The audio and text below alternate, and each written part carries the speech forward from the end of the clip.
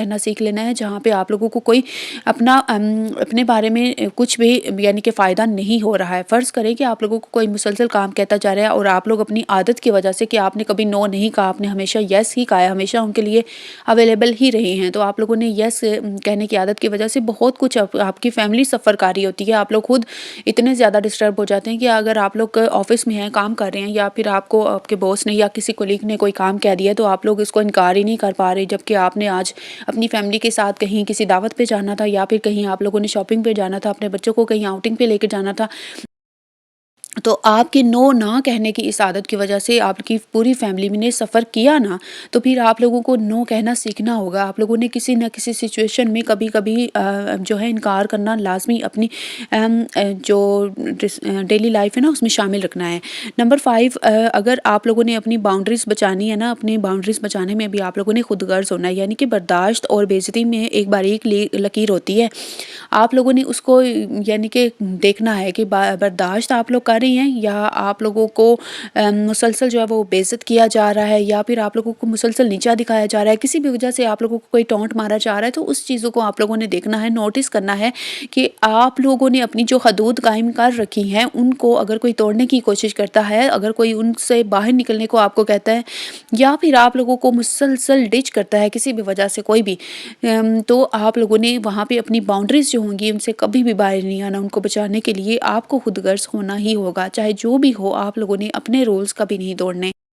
Number 6 point ہے، اپنے وقت کی حفاظت میں خود غرض ہو جائیں، یعنی کہ اگر کوئی بھی کام ہے جس میں یعنی کہ فرض کریں آپ نے اپنی ڈیلی روٹین میں سے 1 گھنٹہ اپنے لیے رکھا ہے، جس میں آپ یا تو سوچنا چاہتی ہیں، کچھ نہ کچھ اپنے ساتھ صرف بیٹھ کے باتیں کرنا چاہتی ہیں، بے شک آپ موبائل استعمال کرنا چاہتی ہیں، یا پھر آپ نے اپنی کوئی اسکن کیئر کرنی ہے وہ کرنا چاہتی ہیں، یا پھر آپ نے کوئی بھی کام اپنے لیے صرف رکھا ہے، یا قرآن پاک پڑھنا چاہتی ہیں، کوئی عبادت کے لیے آپ نے ٹائم اپنے لیے رکھا ہوا ہے، تو وہ صرف آپ کا ٹائم ہے۔ آپ لوگوں نے اپنے ٹائم کے لیے خود غرض ہو جانا ہے کہ آپ لوگوں نے صرف اور صرف اپنا ٹائم جو اپنے لیے رکھا ہے اپنے کسی کام کے لیے، چاہے وہ قرآن ہو، چاہے وہ اسکن کیئر ہو، یا کوئی بھی ایسا کام جو کہ آپ لوگ کرنے کا سوچتے ہیں، یا بک ریڈنگ ہو، یا اسٹیچنگ، یعنی کہ کوئی بھی کام ہو، وہ آپ کا ٹائم ہے، وہ آپ نے اپنے اوپر ہی اسپینڈ کرنا ہے، اس کے اوپر صرف اور صرف آپ کا ہی حق ہونا چاہیے۔ اگر کوئی آپ سے آپ کا وہ ٹائم بھی چھیننا چاہتا ہے نا، تو it's mean you just have to be selfish. آپ لوگوں نے سیلفش ہو جانا ہے، آپ نے کہنا ہے کہ یہ میرا اپنا ٹائم ہے، میں نے اپنے لیے نکالا ہے، میں نے سارا دن جو ہے گھر کے کام کیے ہیں، اپنی ڈیلی روٹین جو ہے وہ اچھے طریقے سے آرگنائز کیا، مینیج کیا ہے، سب کچھ میں نے اپنا کام جلدی ختم کیا ہے، تو میں نے اپنے لیے یہ ٹائم نکالا ہے، یہ میرا ٹائم ہے، اس میں میں جو کام چاہوں میں کر سکتی ہوں، اور یہ کام کرنے کے لیے مجھے